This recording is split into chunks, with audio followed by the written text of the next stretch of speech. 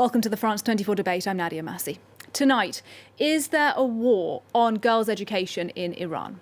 Since November, over 1,000 school children have apparently been poisoned by toxic gases in their classrooms. And it seems the attacks are on the rise. An investigation by France 24's Observers team shows 26 schools were targeted this Wednesday. That's the highest figure in a single day. Now, it's not known who's behind the poisonings or indeed why they're doing it, but what is clear is the impact. Girls are struggling to breathe, fatigued and nauseous. Many are ending up in hospital. Smell. I started having a headache and my nose began to sting. There was a smell of gas. All of a sudden everything went black in front of me. I became really dizzy. I feel pain in my chest, and when I walk my legs shake a little. When I stand up I feel dizzy and my entire body feels very numb, and this doesn't allow me to walk. That just a few of the girls who've been affected. And to discuss what is going on, I'm pleased to be joined from London by the researcher Azadeh Porzand. Also in London is Tara Kangalu, who's the author of The Heartbeat of Iran. And with me here in the studio is the sociologist Azadeh Kian. Welcome to you. Thanks for joining us.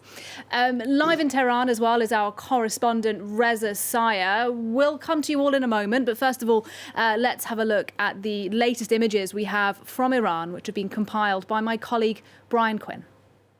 At this girls' school in Tehran, a crowd of furious parents, their anger triggered by what appear to be yet more aerosol poisonings at 3 girls' schools in the capital.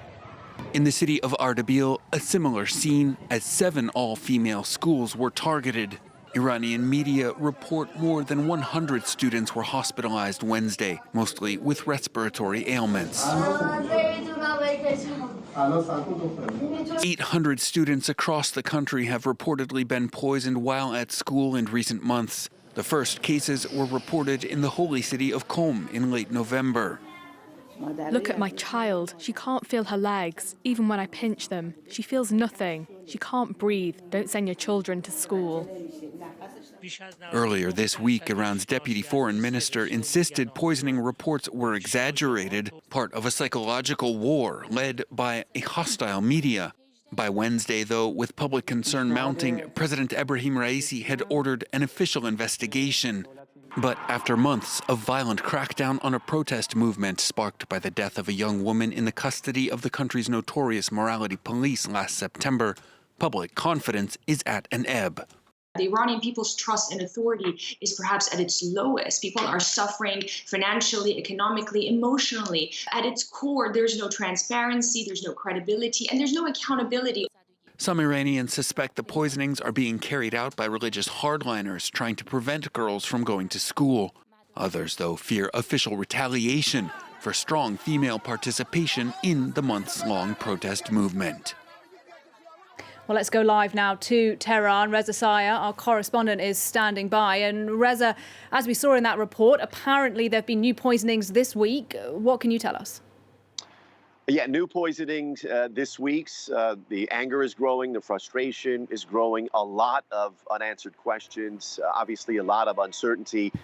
What we can tell you with certainty is that ever since December of last year, hundreds of schoolgirls have reported feeling sick, nauseous during school hours. Many have been taken to the hospital, treated, and released. And again, what we can say with certainty is these incidents continue to keep happening in numerous cities, at least 5 cities throughout Iran. Obviously, first and foremost, parents of these children are deeply concerned. Some are demanding answers. Some are reportedly keeping their kids from going to school. And of course, this is happening all against the backdrop of the recent anti-government protests that were sparked last September with the death of Mahsa Amini, who died in the custody of authorities after reportedly being arrested for not abiding by the Islamic dress code. Her death sparked months-long anti-government protests. The government responded with a crackdown, hundreds of people killed, thousands of people arrested. The street protests, the public protests have seemingly ended. But obviously, there's a lot of frustration and anger that's lingering, that's being expressed online. And that brings the big question. Are these incidents where these schoolgirls are being poisoned in school related in any way to these anti-government protests? And with that question, you have speculation that's running rampant. Speculation from individuals and groups, many of whom have agendas. You have critics of the government saying, obviously, this is connected to the anti-government protests. The government is taking revenge. You have supporters of the government saying, obviously, they're not connected to the protests, and this is another foreign plot by a foreign enemy. And as a journalist, when you have this kind of speculation, it makes reporting on something serious like this with accuracy very difficult. If you want to report with accuracy, you need facts, you need to double verify facts, you need authoritative sources, credible sources, and you have very few of those elements present at this moment. And that makes it very difficult to report with certainty what exactly is happening with this. Reza, perhaps the one thing you can tell us with some certainty is at least what the government is saying for now. What's the government's response been? Yeah, I've reported from Iran for a very long time. So I have a good sense when the government officials are trying to hide something, to cover up something, and when they're not. My sense is that they're confused too. They're trying to get a handle on this. They want to figure out what's happening. They don't want negative headlines again in international media. So they say they've started an investigation. President Raisi has charged the Interior Ministry with finding out what's happening. One official last week came out and made a statement that he said someone's trying to end girls' education here. And that led to a lot of headlines. For those who are not familiar with Iran, I think it's important to point out that there's never been a movement here against girls' education. In fact, the government here, the culture here stresses and values girls' education very much. Half of women here are college graduates, and that's a sign of a society that stresses girls' education. Human rights, women's rights is another issue, but that adds to the mystery and the confusion. What is happening? Is this someone behind this? Or is this an industrial accident? If it is an industrial accident, how come it's happening in such a widespread area? Lots of questions, very few answers. Lots of questions indeed, Reza. We'll try to bring some of those to our panelists on the debate. For now, though, Reza Sayar live in Tehran. Thank you. Well, let's bring in Azadeh Kian, who is listening to all of that. And can I just first of all get your reaction when you first started hearing about these poisonings? Were you shocked by the images? Well, of course it is shocking, but one should not forget that this started end of November, and the government of Iran had enough time to investigate. They didn't do anything serious. They waited until now, when over 1,000 schoolgirls have been injured by this mysterious gas attack. First of all, this chemical gas, is not available to everyone. And second of all, we have the tradition of these vigilantes groups who are extremists, very close to some extremist ayatollahs who have, for instance, also committed this type of actions against women in the past. For instance, in 2014, when they threw acids to some women in Isfahan, and then 4 of them, and nothing happened, although they complained, but basically nothing happened. And even this time, state authorities are saying, we don't know where this attack came from, who did it, and so on and so forth. In a country where if you just unveil in the street, the next day you're arrested, how come they don't know who is orchestrating these attacks throughout the country? So, of course, it is coming from their own hardliners to begin with. Second of all, the Iranian society valorize education and women's education, which goes back to the beginning of the 20th century. But extremists, again, tried to, for instance, impede girls to get to universities. Or even imposed a quota in favor of men and so on. So if girls and women are very active and present at universities and schools, it is because it is the society's culture, not the government. I just would like to add that the Raisi government, to me, shows the Talibanization of Iranian power, and to me, these attacks are part of this Talibanization, because when you look at what Taliban did some years ago in Afghanistan, they basically did the same thing. They attacked girls' schools in order to impede girls getting to education. Talibanization is a big claim. We'll talk about it a little bit later on, I think, but I want to bring in some of our other guests at this point. Tara Kangalu joins us from London live.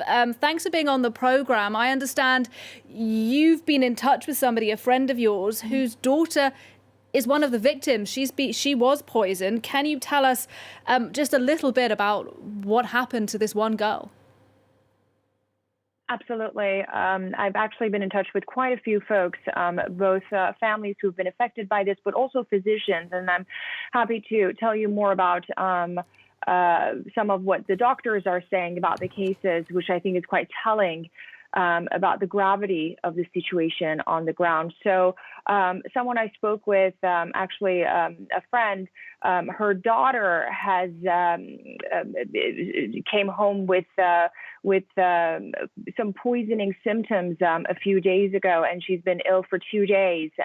She actually, this is the interesting part, that she goes to a private school in Tehran, a very affluent neighborhood where the school is actually an international school. There's also boys attending school. This child is an elementary student. And, she came home sick with feelings of nausea and headache and respiratory issues. And it wasn't just her. Her teachers and classmates were also sick. So, that has been the case. And the child, of course, is feeling better now. But I think the point here is, because so many folks are talking about cities like Qom or, Adabil, Lorestan, and so forth, and of course a few in Tehran. But the point here is that it's also affecting not just conservative communities. Places like this neighborhood, for instance, in Tehran, has also been affected, which I think is quite telling of how widespread this is and how potentially it can be. Well, let me bring in Azadeh Porzand on that, if I can, who's also joining us now live from London. I mean, what was your initial reaction when you started hearing this story, and what's your thoughts on what we've just been hearing, that this is affecting girls in religious cities like Qom and also in the capital, Tehran? Yes, thank you for having me. I wholeheartedly agree with much of what both of your panelists have said so far. My reaction as a human rights researcher following Iran's violations of human rights for years, and as somebody who was a survivor of their systematic violations, was sort of twofold. One was that I'm not surprised that such a thing is happening with this level of gravity, under the rule of the Islamic Republic and or intentionally by the Islamic Republic's regime. But at the same time, the nature of this, in my opinion, systematic pattern of abuse is rather new, at least to me. So it really took me a while to wrap my head around the details and the circumstances around it. As human rights organizations are starting to make sense of the situation, there seems to be more and more the likelihood of the Islamic Republic's regime being behind really these attacks, and if not, certainly benefiting from these attacks as an intimidation technique against a part of the population and their families that clearly collectively took part in the protest of women's life freedom.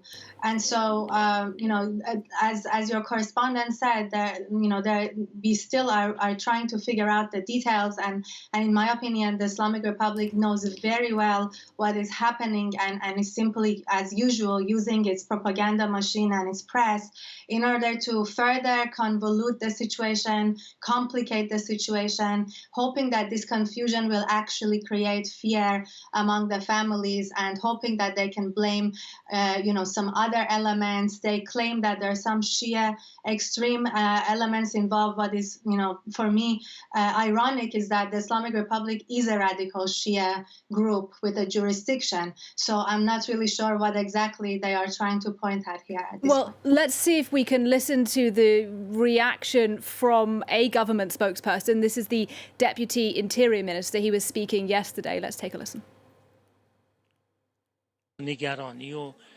Over 90% of this is caused by stress, rumors, and psychological war, started particularly by hostile TV channels to create a troubled and stressful situation for students and their parents. Their goal was to force schools to close. Thank God, we have no worrying case in the country. In Tehran, we have not had any case of students being poisoned. So, Azadeh Kian, he says that, first of all, he blames the media, doesn't he? He says that the hostile media is whipping this up. And then he says there have been no cases in Iran. We just heard from one of our other panelists that indeed there are cases in Tehran. So what do you make of the government's response now? I mean, I'm sure you're frustrated by it, but what do you think their logic is? Well, this is not the first time. Every time these vigilantes and hardliners who are very close to the government and work with the government and work with, as I mentioned, and they say that they're very close to the leader, actually. And they are there and they are acting because the leader is very frustrated by women who do not respect Islamic precepts, by these youngest who participated in the revolutionary demonstrations and so on and so forth. So once again, these officials are trying to put the responsibility on either foreigners or foreign media or some opponents inside the country and so on, not taking the responsibility for it and not doing anything seriously to, for instance, get hold of who is attacking students. And besides, who is benefiting actually from this? Once again, they are kind of creating a very hard situation for families and for youngsters. So, so that next time, if they want to take part in a demonstration or if they want to show their discontent, they think they have to be careful because something very, very harsh is going to happen to them. So these are all intimidation processes. These are all intimidation acts, and they are being supported by Iranian officials, as this deputy minister said. But just briefly, I mean, do you think the goal here is to try and stop girls going to school altogether? As you have said earlier, there is this real culture of education for girls in Iran. They're more Iranian women go to university than Iranian men. So does that really fit that the regime will be trying to curtail girls studying now? Well, absolutely, because to me this is a part of what I call Talibanization of power. For instance, they have tried to, for instance, impede women from getting to the job market. We know that they are putting pressure on women, including all those graduates, women from universities, to get to the job market. They are saying that women should be mothers and wives, that each woman should have 4 or 5 children. And all the public policy under the current government is targeting women, but only as housewives and childbearers, and so I do believe that this attack against girls' schools is to intimidate them, first of all, and also it is a revenge, of course, because a lot of these students did take part either directly or indirectly in the demonstrations recently, and also to to intimidate them and eventually impede their access, at least free access to school. And we have seen that for the past several weeks, there are parents who are now saying, I prefer my child to stay at home. So it's working, actually. It is working because people are really very angry but very frustrated at the same time. No serious response is coming from the government. So parents are saying, why should I send my girl to school because she won't be in security at school. And they are asking for online education now. Okay, well, let me bring in Azadeh Prozan on that if I can, because I think something that's really important to try and pin down, if we can, is actually who we're talking about, who we think is poisoning these girls. There's been a suggestion that perhaps it's not the government directly, but it's perhaps hardliners associated with the government. I mean, in practical terms, what does that mean? Who are we talking about here? Well, yeah, in a situation where the information is being withheld from the Iranian public by the Iranian authorities, as usual, it's really difficult to, have a definitive answer to this question. But I believe that, seconding what Dr. Kian just said, the point here, in my opinion, at this moment is not so much who exactly is doing these attacks, because either the Islamic Republic officially, but in a clandestine way, is doing so for intimidation and punishment purposes, and or is facilitating, other radical groups affiliated with them in order to launch these attacks, and has closed an eye on this situation for months already, which only escalated in recent days. So the point here is the fact that the Islamic Republic has proven over and over again to be anything but a transparent government, and also structurally it is incapable of being able to independently investigate any human rights violations and any crimes that take place. And at the same time, also has proven that is unwilling to do so. I believe that this is a way for them, hoping that it will prevent more protests to happen, and to sort of pacify a part of the population that has shown to have the will to be on the streets despite their young age. And also, let's not forget that even if education is something that they have received applauses from the international community over the years, this regime does not shy away from reversing its even progressive policies.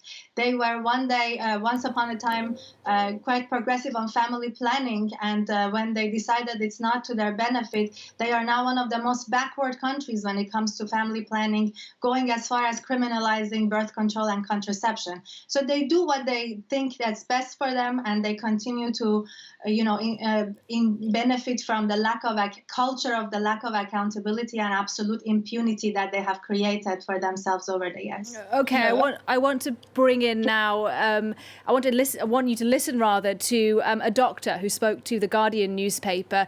They're a specialist in the treatment of poisoning victims.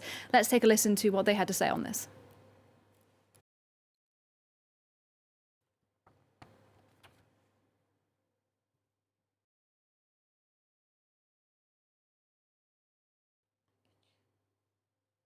With the data that's available, the most probable cause for this poisoning could be a weak organophosphate agent. Even if some of the poisoned pupils show a sign of severe sweating, excess salivation, vomiting, intestinal hypermotility, and diarrhea, then the attack was done using this agent. And Tara can, Galu, I play that soundbite because you said you have yourself spoken to a number of medics who've also been treating girls who were poisoned. Does that echo what you were hearing from them? And do we know what the chemical is? Because there's been some suggestion it's a chemical that's available widely in shops and that anybody could go out and buy it. Do you have a sense?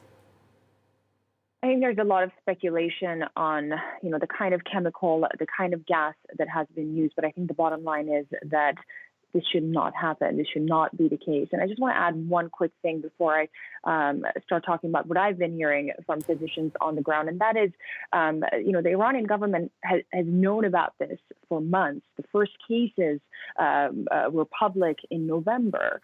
So there were many opportunities to stopping this disaster from continuing, but certainly there wasn't. And so I just wanted to add that to the conversation, to just echo the fact that there's absolutely no transparency, no accountability, and also no credibility. The government has zero credibility in the eyes of the people, and there's absolutely no trust.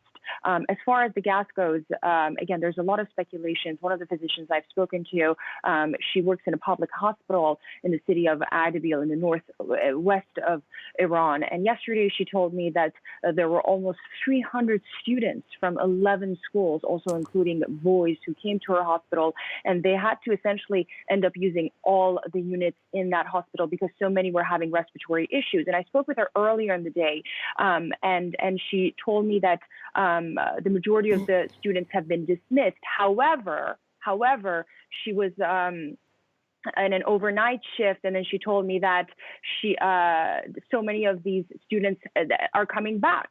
They're coming back with muscular pain. And again, this is a city where they don't have the resources that, let's say, hospitals, both public and private, have in Iran. In Tehran, and so they didn't have the kits to do the preliminary testing to see, okay, what sort of agents have been used. But what she emphasized is that almost all of the students who have returned are showing muscular pain, and that is a symptom of some sort of neurological event happening in the body, and they have sent scans and MRIs and so forth. So the point here is it's more complicated than what we know, but the bottom line is there's absolutely no transparency, and nothing that comes out of any spokesperson from the government is based on facts and truth, as we've seen over and over again, whether it was with the death of Mahsa Amini almost 6 months ago, or the Ukrainian plane crash. So again, I think we have to see, but the fact that this is happening to some of the most vibrant and innocent members of the Iranian society is just appalling. And Azadeh Porzand, I mean, clearly from what you're all saying, trust in the Iranian government is extremely low indeed. That said, the Prosecutor General has announced a criminal investigation is being opened here. Doesn't that give you some hope that they're going to try and investigate what's going on? I mean, that's a step in the right direction. They're not denying this is happening altogether, are they? Absolutely not. The general prosecutor is itself a source of repression and a participant of the repression that the world has seen in Iran in the past 6 months, and we have seen in the past many decades. This regime simply does not have neither the credibility, nor the willingness, nor the structure, the judiciary or the parliament, or any of its organs are set up independently enough from the supreme leader and from the whole apparatus of the regime in order to be able to claim, even remotely, to be able to do independent investigation. As a result, those of us who work as human rights researchers and advocates we have resorted to international means and the international community to understand, endorse, and accept that the Islamic Republic is incapable of holding itself accountable domestically.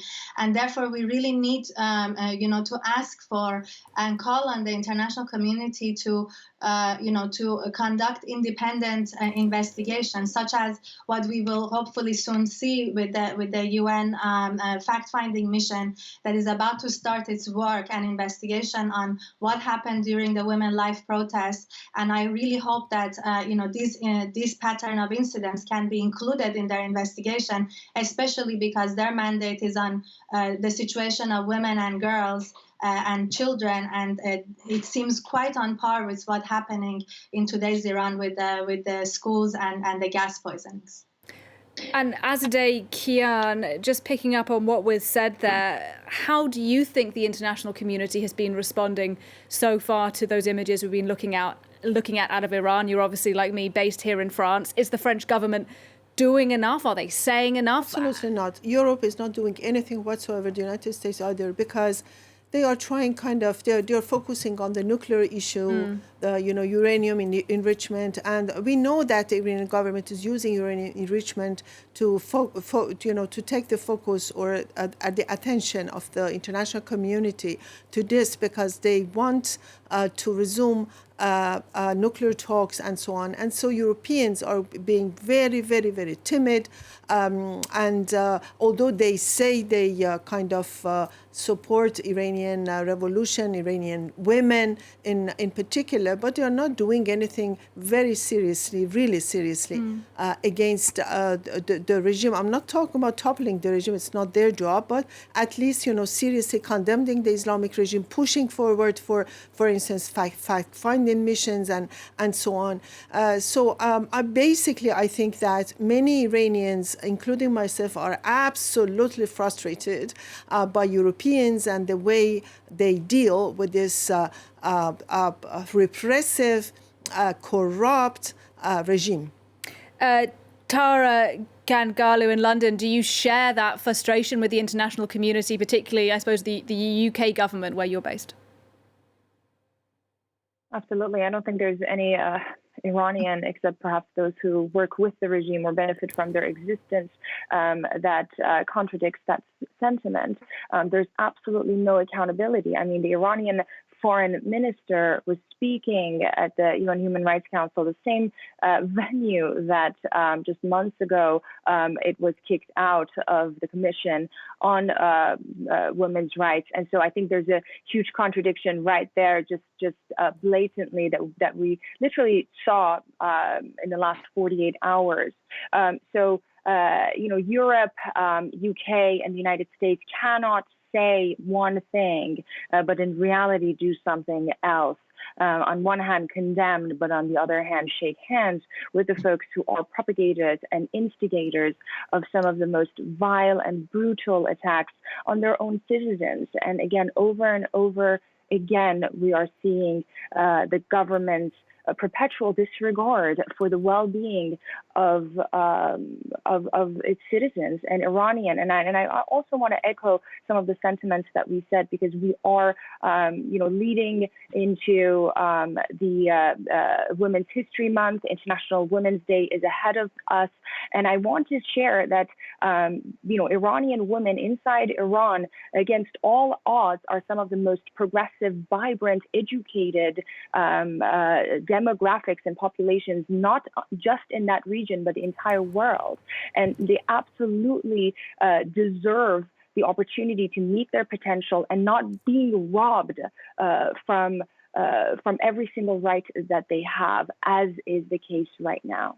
And it's worth emphasising, as we're having this conversation today, that in 2 weeks' time it will be 6 months since the death of Mahsa Amini in police custody. Her death, of course, sparking that huge wave of unrest. Azadeh Porzand, Reza Sayar, our correspondent in Iran, was saying there are far fewer people out in the streets than there were just a couple of weeks ago. What's happened to the protest movement?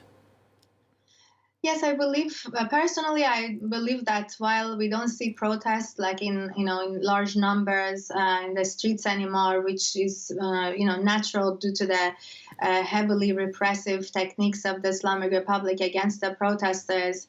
As I think evident in all the points that came out in this panel, the frustration, the grievances. Really the anger among in the Iranian society has gone nowhere, and I believe that it's only a matter of time that we see yet another round of protests, that we we see some kind of again mass level and nationwide level protests. But when you follow Iran closely, you do see that different associations of workers and different groups of Iranian citizens, especially in some of the most persecuted areas of the country, most marginalized parts of the country, such as Baluchistan or Kurdistan, grievances and local level protests continue, and so does the lethal repression of the Islamic Republic. So I think the Islamic Republic at this point is hoping for some extra time for survival, using all of its force and its violence. But there is no question that, in my opinion, the society is not going to go back to September 15th, 2022. Even though even before Mahsa Amini's death, the society was filled with grievances, whether they were socioeconomic or civic and political.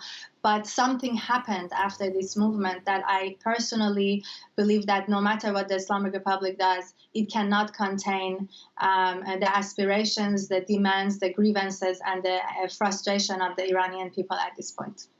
Azadeh Kian, do you agree with that? I mean, you've been a very vocal campaigner for women's rights in Iran for decades now. How do you view this moment, not just the poisonings in the school we're talking about, but 6 months after Mahsa Amini's death? Do you think the protest movement is dying out, or do you have some optimism that it lives on? Absolutely not. I'm very, very optimistic, and I do agree with Azadeh Pourzand when she says that for the moment, we don't see much demonstrations in the street. It doesn't mean that people are satisfied with what they get from the government. The government has no response to the demands of the Iranians.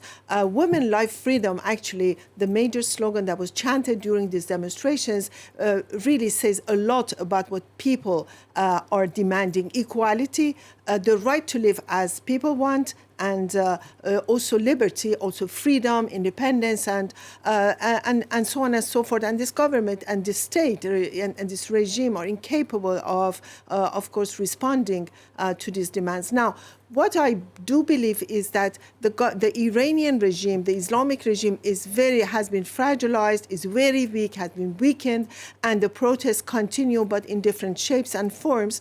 The best way to support the Iranians is not to negotiate with this regime, not to recognize this regime and believe in the Iranian society, because as other panelists mentioned, what is going on is really crucial. I've been, working on this Iranian society for the past many decades, but I do believe that what's going on today and these ongoing revolution is the most crucial social movement that Iran has ever witnessed during the past 45 years or so.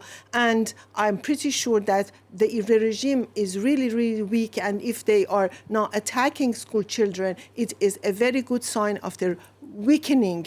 And so Europe and Western democracies should really support the Iranian people and not negotiate with the regime on nuclear issues or any other issues, because that would be a very bad signal sent to the Iranians and to their revolution. Well, and all three of you have expressed your real skepticism with the capacity of the Iranian government, or the willingness of the government to investigate these poisonings, for example, to follow up on what's going on. Now, it has to be said, though, that today the authorities in Iran have apparently arrested 4 people in connection with the assault of a woman outside a girls' school where a poisoning took place. You're looking at the video now. This is a video that went viral viral on social media. It appears to show a man assaulting a woman who was not wearing her hijab. You can see the image there.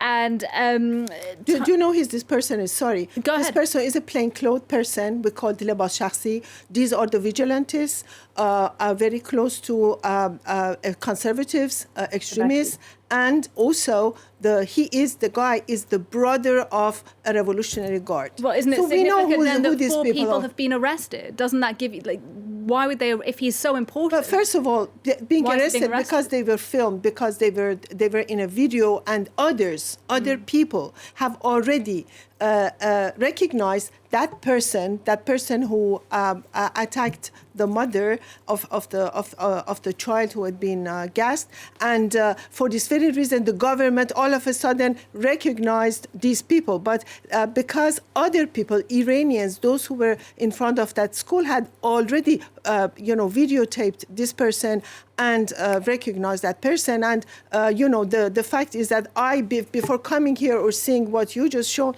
I have read these things. We know who this person is, that his brother is a Revolutionary Guard, that himself is a plainclothes vigilantes, and so on and so forth.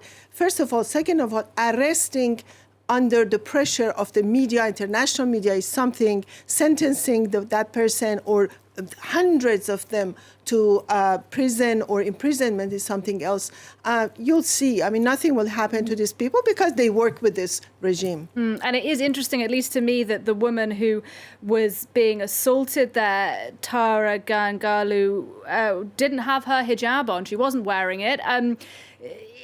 This is a moment, isn't it, in Iran? Fewer women are wearing their hijabs in the streets, and now they're protesting girls getting poisoned at school. Do you draw the connection between those two things? Again, I think the issue of the hijab is secondary to the main point, which is that this woman, this mother, was even bothered. This is a woman, a mother, who's worried about the most precious person in her life, her child, and she's being assaulted and she's being disrespected at a time where she needs to be supported. She deserves a government and system of operation that supports her, not harass her, not lie to her, and her hijab. Quite frankly, doesn't even matter if she was not wearing the hijab. But to your point, again, Iranian women are using every single tool in their toolbox to show that they deserve more, and they're not going to abide by the stifling and oppressive system that has governed their lives for decades. And again, I don't think we are going to go back to how things were, and people's grievances long exceeded the September protests that erupted nationwide. These resentments and angers and frustrations have existed long before that, but we're just seeing them coming forth because, quite frankly, people are fed up. They are disillusioned to the levels that they were not before. So again, Iranian people deserve a government that supports them in their grievances. Not creating situations where a mother is being even touched or bothered. That mother should have been supported and not harassed like that. And Azadeh Porzand, I mean, do you echo that? And how much of a link do you draw between the poisonings that we've been talking about today and the protest movement? Is there a clear link for you? Well, as far as the likelihood of speculations go in a situation of, like I said, evidence being withheld and information being withheld from us, I cannot help but to see a pattern, yes, and I cannot help but to remember, the Supreme Leader Ali Khamenei's, statement a few months ago, saying that the children who have been part of this protest, it's basically based on their naivete, and all they need to get fixed is a little bit of punishment. It's really difficult when you follow Iran on a day-to-day basis to really not see a pattern of abuse here, both against protesters but also against women and girls. And so for me, while, again, as a researcher, I would really like to see, more substantiated evidence to be able to definitively claim something. I still cannot help but to rely on the likelihood that either this is intentional, directly intentional by the Islamic Republic, or indirectly facilitated by the Islamic Republic as a part of its intimidation technique. And also, I don't think that, I think, again, it's a question of precedence. The Islamic Republic's regime has done this time and time again. They kill their citizens. They, for example, in the 90s, we had the chain murdering of intellectuals, and they said, there were the rogue elements of the intelligence service who stabbed people in their homes and killed them extrajudicially. And they made an example of a couple of people from within the system, imprisoned them and all, and that was the end. This is not called investigation, independent investigation, and this is not called accountability. This is simply psychologically trying to play with the Iranian mindset and ridiculing the concept of accountability and the concept of justice, which is clearly broken in today's Iran. Azadeh Pozad, thank you very much indeed. We just have a few seconds left. Azadeh Kian, as you're with me in the studio, I just want to get your, in just a few seconds, as we're coming to the end, women, life, freedom. Does it survive as a movement now despite the poisonings? Absolutely. I mean, you'll see it would survive, and it has extended to throughout the country, including in some areas that were not, central up to now. Look at Baluchistan, look at Baluchi women who are now taking part in street demonstrations in Baluchistan. This is absolutely unimaginable to me, because I worked on Baluchistan some years ago, and this shows the extent and importance of what is happening today in Iran, and that, yes, women, life, freedom is a real slogan that everybody is chanting, because everyone wants the end of this regime, and a regime that will correspond better to the realities of the Iranian society and to its youth as well. All right, we'll leave it with that thought. I want to thank you very much indeed. Azadeh Kian here in the studio, Tara Kangalu in London, and Azadeh Pozan in London as well. Thank you all very much indeed. This has been the France 24 debate. I'm Nadia Massi. Thanks for watching, and good night.